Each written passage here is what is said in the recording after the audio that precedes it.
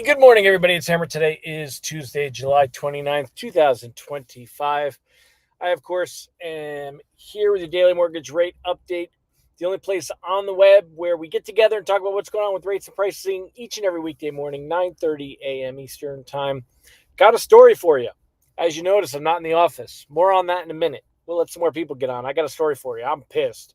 But anyway, if you're here this morning, say good morning. I can see the comments like usual this morning, which is great. Good morning, Megan Bissell, Tim Klyla, Jen Henderson, Monica Dinkins. Good morning, y'all. Hope you are having a great day. If you're here this morning, say good morning. If you're watching the replay, don't forget, give me a hashtag replay in the comments. If you want a quick reminder that I'm going live, you can go ahead and get a text alert reminder to your phone. Only takes a couple of seconds. You can go ahead and sign up for that at hmmr.io/reminder or use this cool QR code that's over here. Would be love to have you signed up for that. So go ahead and check that out. We don't sell your data or anything. It's just for me to let you know when I'm going live each morning. So if you're here this morning, say good morning. Let me know that you're here. Let's see who else we got. We got Yasmin Martin, Colin Jordan. Good morning, Angela Walters, Michael Love. Great to have all of you here as well. So I do have a story for you on why I am actually on the road coming to you from the road this morning. So I'll swing back. I'll circle back on that. So in the meantime, let me go ahead and let's jump into the good stuff here. So I'm going to go ahead and share my screen, show you what we've got right now. Mortgage-backed securities currently up 5 basis points on the day. Nothing to get super. Whoa, dude, backing up into his parking spot here almost. Anyway. Nothing to get super excited about, but certainly better than getting a poke in the eye. You can see that if we take a look at where that brings us compared to when pricing came out yesterday, let's take a look here. You can see that, pricing came out right about here yesterday. Right now, we're right about here. That is up a few basis points. So that means that pricing should be a little bit better today than yesterday. Taking a look here, I mean, how much more stagnant can you get than this, right? 6.81, 6.81, 6.81. I don't know if your rate sheet reflects what they're showing over at Mortgage News Daily. Again, not necessarily the direct correlation of the number, but if we really haven't seen much movement for 3 days, and that's why, it's just, I said it was going to be really just, look at where we're at here. Even when we were up, here's 6.81 again, but here's 6.82, 6.7. We've really just seen rates that have just been pretty stagnant for the last 4 weeks or so. And this week, that should start to get a little more interesting. Starting today, we're going to get the JOLTS data and consumer sentiment data at 10 a.m. Eastern Time. It's 9:35 a.m. right now. So right now, though, take a look at this lovely 10-year Treasury yield, 4.39. It is below that 4.40. That means we're going to give that a smiley face. We like that. We take a look at mortgage bonds being up 5 basis points. Right here, we're going to go ahead and give that a smiley face. We like that too. Look at that, right? This is a good day so far. Now, what could happen to go ahead and ruin this? Well, we would have to see JOLTS data showing some really strong labor data. If it shows, less openings than anticipated, or they're going down and continued pace of going down like we saw last month, that could help a little bit. That could help rates to improve a little bit further this morning. So it's not likely that we see any huge improvements today, but we are likely to see at least some improvements. So that's what we got going on. Amy Blauser, Ron Siegel, good morning. National Chicken Wing Day. So let me tell you all a story and get your feedback. I am pissed. So I am coming to you from the parking lot of a Sheetz gas station in Pennsylvania. I shit you not. I had to take an emergency road trip and drove my wife to New Jersey from North Carolina. 11-hour trip, 10 and a half hours from there. So she was supposed to take a flight yesterday from Asheville Airport to Newark Airport.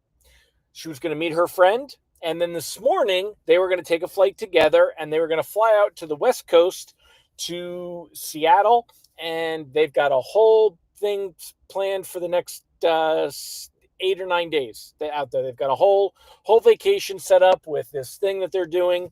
But anyway, flight yesterday, the only flight from United Airlines from Asheville to Newark. It's a direct flight, 4 p.m. Eastern time. Okay.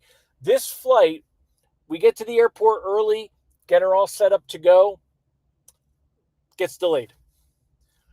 Her bag is checked. I'm like, all right, let's go. We'll go to Target. We'll do some things. We'll run some errands, right? Gets delayed again. Gets delayed again. Gets delayed again. Four times. Now, what are they blaming these delays on? Well, if you do any Googling on Newark Airport, it's a freaking mess. So for everybody that wants to get pissed off about politics, I don't care what side of the aisle you're on because they've all let this go. Our air traffic control system is a train wreck. Old equipment, not enough staff, overworked. I won't say they're underpaid because some of these folks are making hundreds and hundreds of thousands of dollars because they're working overtime.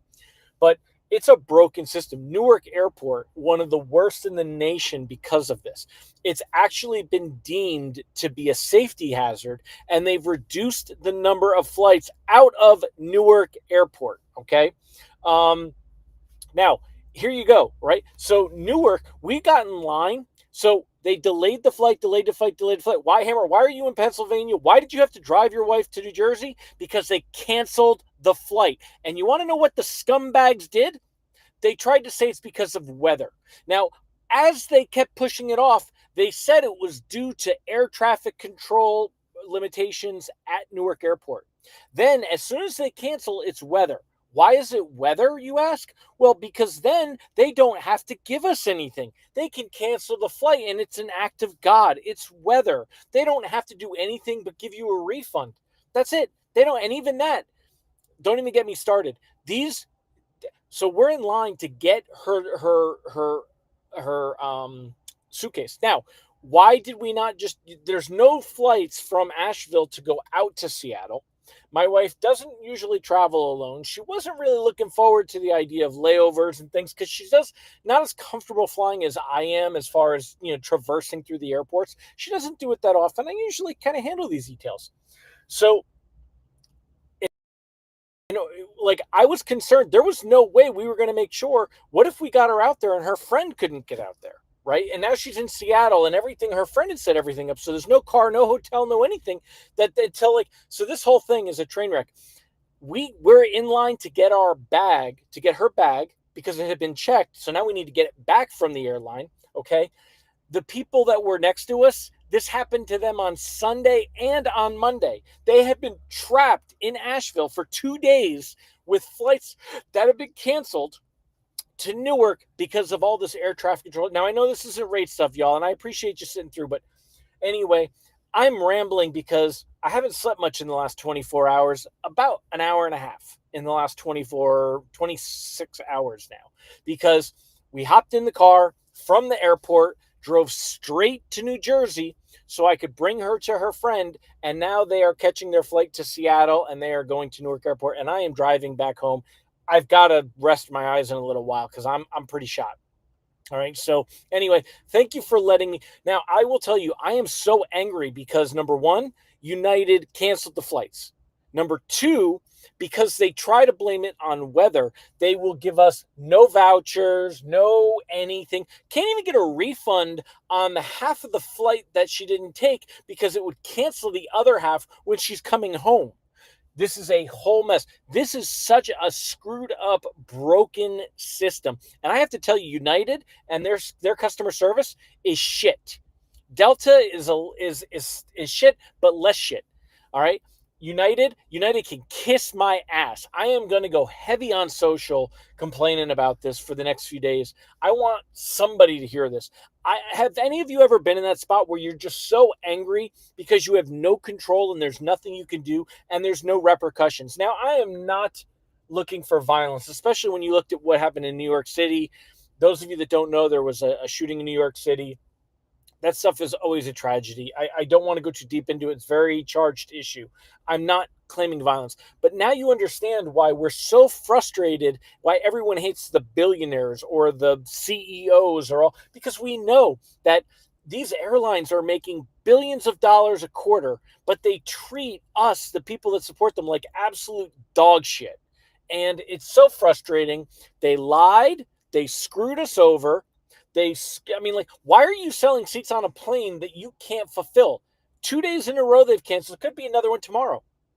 Such a mess. Such a mess. So Julie is angry at her HOA currently. That's another one that you can feel like you have no control and no one will listen. I'm with you, man. Randy, yes, it feels like planes, trains, and automobiles, man. Thank you, Monica. I appreciate it. So that's how my wife and I roll, though. I'm like, honey, let's get in the car. We are driving 11 hours to New Jersey.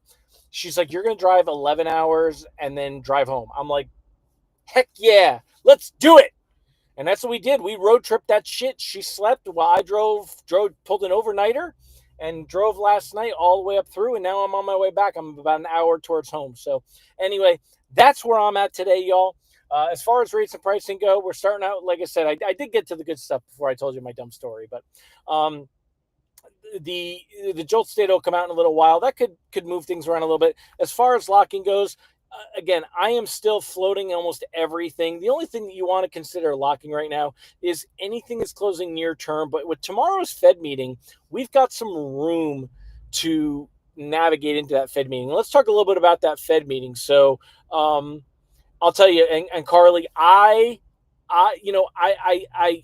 will be angry, and then I will be grateful because I am grateful that I have a reliable vehicle that I was able to hop in and drive to New Jersey.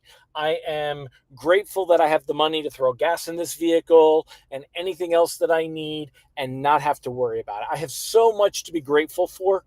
Don't get me wrong. I am grateful, but I'm still angry. So, but anyway, I'm just hoping this idiot next to me here pulls out doesn't hit me because I didn't like the way he was. But anyway, so here we got going on. Let's talk about the Fed. So yesterday, Ron, we talked about Nicky Timiraos there and if he had any stories over at the Wall Street Journal. So he did not yesterday. However, he did come out with them today. So his story from Nicky Timiraos, he's talking about a divided Fed eyes future rate cuts but won't move this week.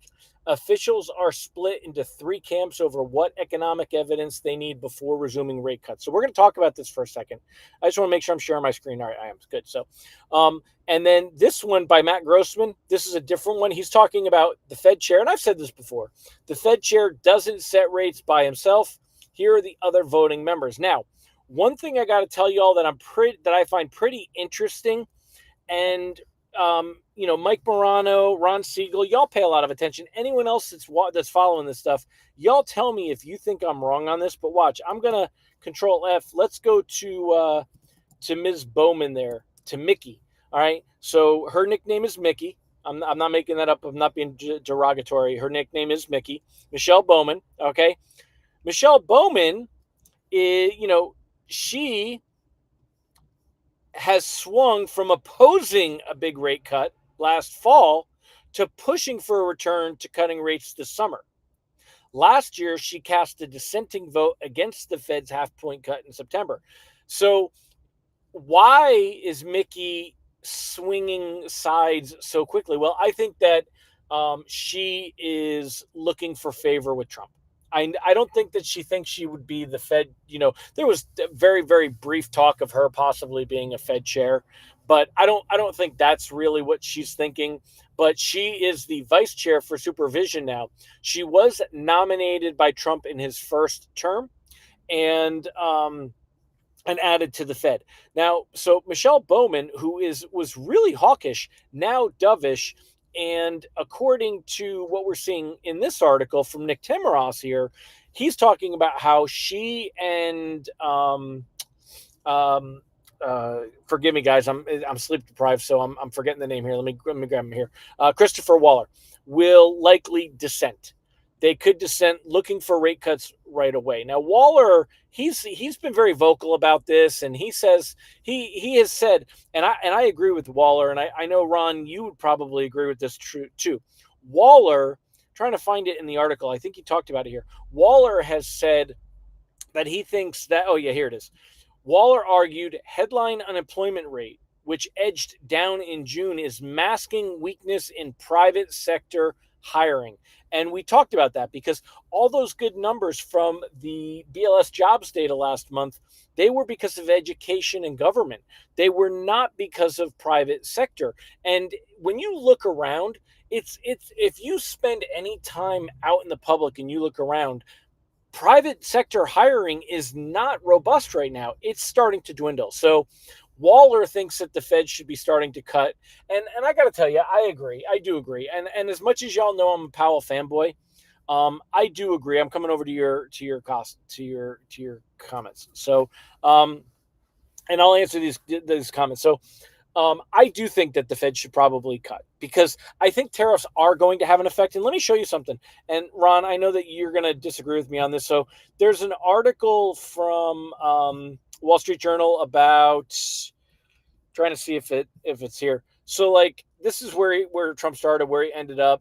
Here it is. No, it was Reuters. So like Stellantis, they said that they're going to be a 1.5 billion euro, $1.73 billion tariff impact is what they're looking at. And this is still preliminary, but let me show y'all something. This is my this is my Amazon like saved items that were put for later in the cart, things I didn't buy and I came back to later, right? Look at raised from $17.99 to $18.99, raised from $84.90 to $98.99, increased from $21.24 to $24.99, increased from $18.14 to $19.15. Increase. Look at all these items increased. 7 items in your saved have changed price. I normally don't get these kinds of messages. Do you? Right? Why are we seeing this? This is the effect of tariffs. This is what you're seeing in tariffs. We've also seen it with Chrysler. With GM. We've seen it with Ford. Here's Stellantis. That's the big 3 automakers in the U.S.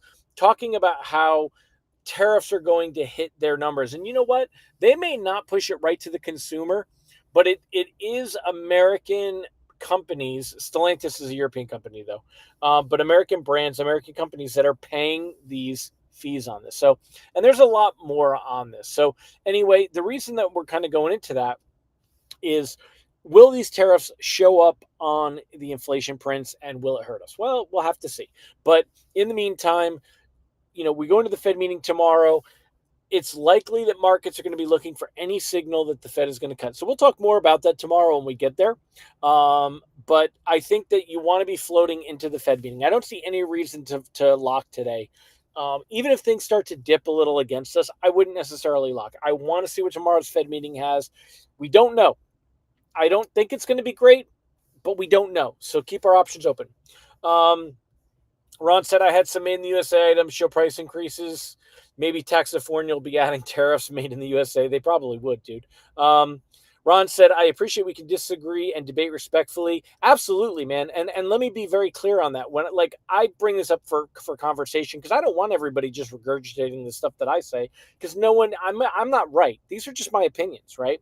Randy wants to know, how does the Fed cut affect national debt? All right. So in theory, what would happen, Randy? The argument is that if the Fed is cutting rates, it's going to make it cheaper to borrow, which would therefore help bring the debt down. I am not an economic expert to be able to say that that's definitely true. I don't know that if the Fed cuts rates that the 10-year Treasury yield, 30-year Treasury yield will drop down enough to argue that that's going to happen. But that's what the argument is. That's why Trump is looking for that to happen. The other question that you had was, Ron, you think Waller's the leading candidate to be which funny because they talked about the 2 other guys, Washburn and the other guy, which I thought was, I forget which one was an idiot. One of them was an idiot. The other one was a little better. But yeah, the Waller has definitely come up in that conversation. And I think, so that kind of answers your question, Randy, about the,